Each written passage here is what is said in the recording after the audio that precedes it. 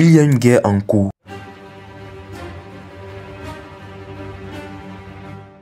Cette guerre, c'est celle de l'intelligence artificielle.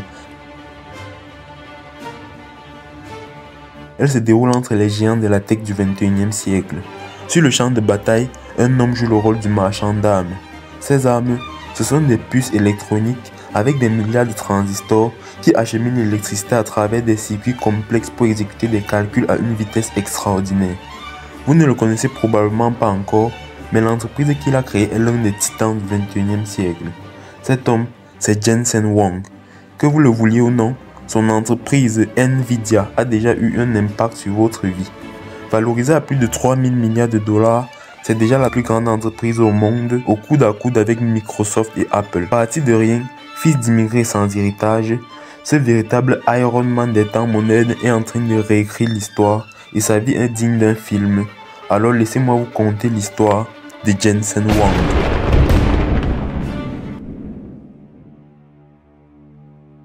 L'histoire de Jensen Huang commence très loin de la Silicon Valley, à Taïwan, et plus précisément à Taipei où il naît en 1963. À l'âge de 5 ans, sa famille déménage en Thaïlande et elle y restera quelques années. Au même moment, la guerre du Vietnam fait rage de l'autre côté de la frontière. Les parents de Jensen décident d'envoyer leurs enfants aux États-Unis afin qu'ils aient un avenir plus radieux. C'est grâce aux rêves de leurs parents que Jensen est devenu l'homme qu'il est. Il a déclaré dans une interview « Je suis le fruit du rêve de mes parents. Chaque jour, ma mère qui ne parlait pas anglais choisissait 10 mots dans le dictionnaire au hasard et nous demandait de les épeler et de donner leur définition. Méthode d'apprentissage un peu bizarre, on est d'accord, mais elle est efficace. À l'âge de 9 ans, Jensen et son frère aîné sont envoyés aux États-Unis. Les garçons qui ne parlent pas encore vraiment anglais sont accueillis par un oncle, lui aussi fraîchement immigré. Cet oncle envoie les deux frères étudier dans le Kentucky à l'Institut Baptiste Oneida, qu'il pensait extrêmement prestigieux. Mais en fait, cet institut ressemble davantage à une maison de redressement qu'à un établissement prestigieux. En effet, de nombreux élèves y fumaient du tabac de la plantation qui était juste à côté de l'école et se baladaient avec des couteaux sur eux. La Hesse. Wang était obligé de nettoyer les toilettes tous les jours pendant que son frère travaillait justement dans cette plantation de tabac. Évidemment, les deux frères n'étaient pas payés pour leurs activités, mais ils se disaient que c'était normal et que c'était comme ça que ça se passait aux États-Unis. Pendant les 2 années qui ont suivi, les frères Wang vont vivre un véritable enfer puisqu'ils sont insultés à cause de leurs origines asiatiques et menacés physiquement. Dès son arrivée, Wang a été placé en colocation avec un autre élève qui se trouve avoir le double de son âge. Ce dernier est analphabète et Wang va lui apprendre à lire et son colocataire en échange va lui apprendre à faire des développés couchés tous les soirs. Wang va faire 100 pompes par jour pour se muscler et pouvoir se défendre dans ce pensionnat qui ressemble plus à une prison. Au bout de 2 ans, les parents de Wang sont enfin autorisés à immigrer aux États-Unis. Il les rejoint alors dans l'Oregon. Wang arrive au lycée, brillant, il saute 2 classes, appartient au club de mathématiques, au club d'informatique et même au club de sciences de l'école. Il joue au ping-pong et est classé au niveau national. Il obtient son High School Diplomate à l'âge de 16 ans seulement. Wang apprend vite, très vite. C'est un véritable calculateur sur pattes. Encore aujourd'hui, ses équipes chez Nvidia disent qu'il peut devenir expert en n'importe quel sujet en à peine l'espace d'une semaine. Wang est extrêmement modeste. Il déclare « Je n'ai qu'un super pouvoir, celui de bien faire mes devoirs ». En parallèle, il décroche son premier emploi dans un Denny's, une chaîne de restauration rapide. Wang parle énormément de son passage chez Denny's puisque ça lui a appris à optimiser son travail et son temps. Chez Denny's, il ne faisait jamais un voyage les mains vides, ce qui lui a appris selon lui à devenir le meilleur laveur de vaisselle au monde. Et le travail paye puisqu'il obtiendra une promotion et passera de laveur de vaisselle à serveur. On raconte d'ailleurs que personne ne peut porter plus de tasses de café que lui. Après avoir excellé au lycée, il arrive à l'université publique de l'Oregon pour étudier le génie électrique. C'est ici qu'il rencontre Lao Mills, une des seules 3 filles parmi les 250 étudiants de sa promotion. Une concurrence éclate alors pour attirer l'attention de Mademoiselle Mills et se sentant désavantagée à cause de son jeune âge, Wang gagne son attention en l'impressionnant grâce à sa fameuse capacité à faire ses devoirs et son excellence. Après 6 mois, il trouve enfin le courage de lui proposer un rendez-vous. Elle l'accepte et ils finissent par se marier. Plusieurs décennies plus tard, ils sont toujours ensemble. Après avoir obtenu leur diplôme de l'université, Wang et Mills rejoignent la Silicon Valley en tant que concepteur de micropuces. Wang commence à travailler chez AMD, une entreprise de processeurs que Nvidia a largement dépassée au jour d'aujourd'hui. Pour la petite anecdote, la CEO actuelle de AMD, Lisa Su, est une cousine éloignée de Jensen Huang. Bien qu'ils partagent les origines taïwanaises et une passion pour les microprocesseurs, ils ne se connaissent pas vraiment et se considèrent surtout comme des concurrents. Wang finira par quitter AMD pour rejoindre LSI Logic. Il gravit les échelons, gère des équipes et finira par occuper des postes de direction. En parallèle, il travaille le soir afin d'obtenir une maîtrise en génie électrique à l'université prestigieuse de Stanford. La capacité de travail de Jensen Huang est l'un de ses secrets. C'est un travailleur acharné. Un an plus tard, en 1993, Wang cofonde Nvidia avec Chris Malachowski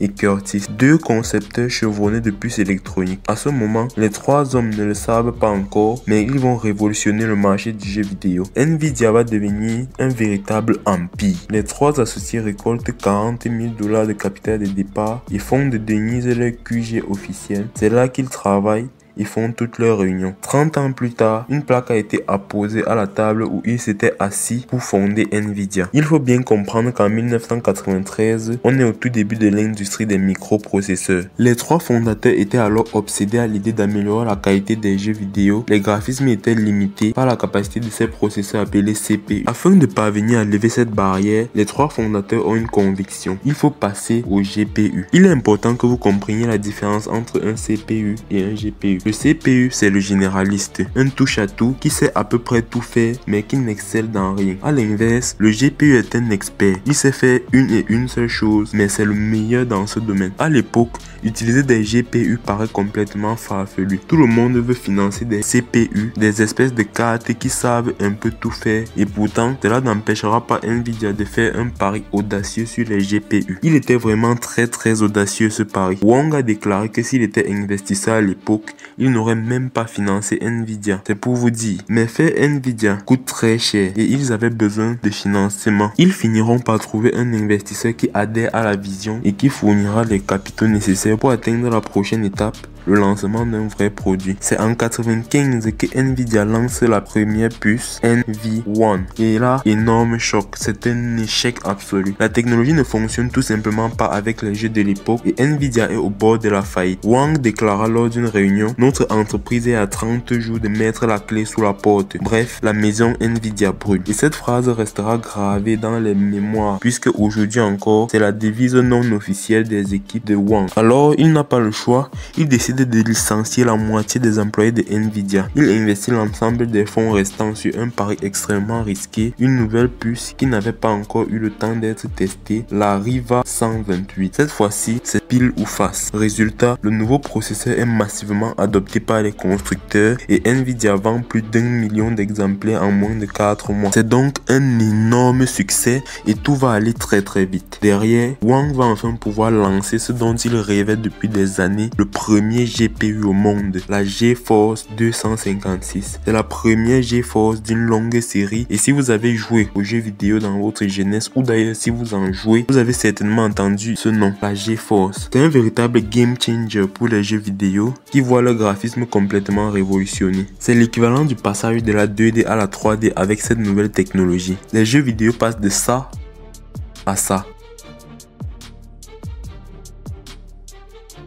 Cette technologie va permettre de réaliser des effets spéciaux sur des films comme Iron Man, Harry Potter ou encore Avatar. Comprenez bien, c'est du très haut niveau. En quelques années, Nvidia passe de la quasi-faillite à l'introduction en bourse en 99. C'est le jour de gloire puisqu'ils sont introduits au Nasdaq pour 12 $ l'action. Lorsque des années plus tard, l'action Nvidia dépassera la barre des 100 $, Wang se fera tatouer le logo de Nvidia sur l'épaule. Rien n'arrête la société de Jensen Huang puisqu'ils deviendront par la suite le premier fabricant de composants électroniques à atteindre la barre du milliard de dollars de chiffre d'affaires. Ils finiront par rejoindre le célèbre indice du S&P 500. Pour se développer encore plus vite, Nvidia lance en 2006 le CUDA, un langage de programmation permettant d'exploiter la puissance de ses GPU dans d'autres domaines comme la médecine, la chimie ou la physique. C'est d'ailleurs grâce à CUDA que les GPU Nvidia pourront être utilisés par la suite pour miner des crypto-monnaies et encore mieux. CUDA va également permettre à Nvidia par la suite de devenir le leader de l'IA. Pourtant, à l'époque, cette décision est extrêmement mal prise par les investisseurs. Quelques années après avoir lancé CUDA, Jensen Huang apprend un jour qu'un étudiant chercheur a réussi à faire tourner un modèle de reconnaissance d'image sur un GPU Nvidia. Jensen a alors comme un déclic. Il décide de réorienter son entreprise sur l'intelligence artificielle. Avec un simple mail, il change le cours de l'histoire d'Nvidia et peut-être même celui de l'humanité. Que ce soit en interne ou en externe, tout le monde critique fortement Jensen et pourtant, quelques années plus tard, l'histoire lui donnera raison. Vous avez très certainement entendu parler de ce robot conversationnel issu de l'intelligence artificielle ChatGPT. Vous en avez très certainement entendu parler. Ce robot conversationnel issu d'une intelligence artificielle. ChatGPT. ChatGPT. ChatGPT. ChatGPT. La vague de l'IA emporte tout sur son passage. Grâce à la décision de Jensen Huang, Nvidia est déjà positionné sur ce secteur depuis plus de 10 ans. Ils sont indéboulonnables. Leur produit de l'époque, le DGX100, un supercalculateur de 130 kg, devient la pelle des chercheurs d'or de l'IA. Meta, l'entreprise de Mark Zuckerberg, va en commander 350 000 à elle seule. Lorsque OpenAI révélera que ChatGPT a été entraîné sur des GPU Nvidia, le cours en bourse de Nvidia explose. Le 25 mai 2023, à l'heure où la cloche sonne pour l'ouverture du Nasdaq, l'action Nvidia augmente de plus de 200 milliards de dollars. Aujourd'hui, Nvidia fournit plus de 70% des puces qui permettent de faire tourner des modèles d'IA. Cette position d'hyper-domination explique l'ascension continuelle du cours de l'action Nvidia. Sur 10 ans, Nvidia affiche une performance complètement folle de plus de 25 000%, ce qui a porté sa capitalisation totale à plus de 3 000 milliards de dollars.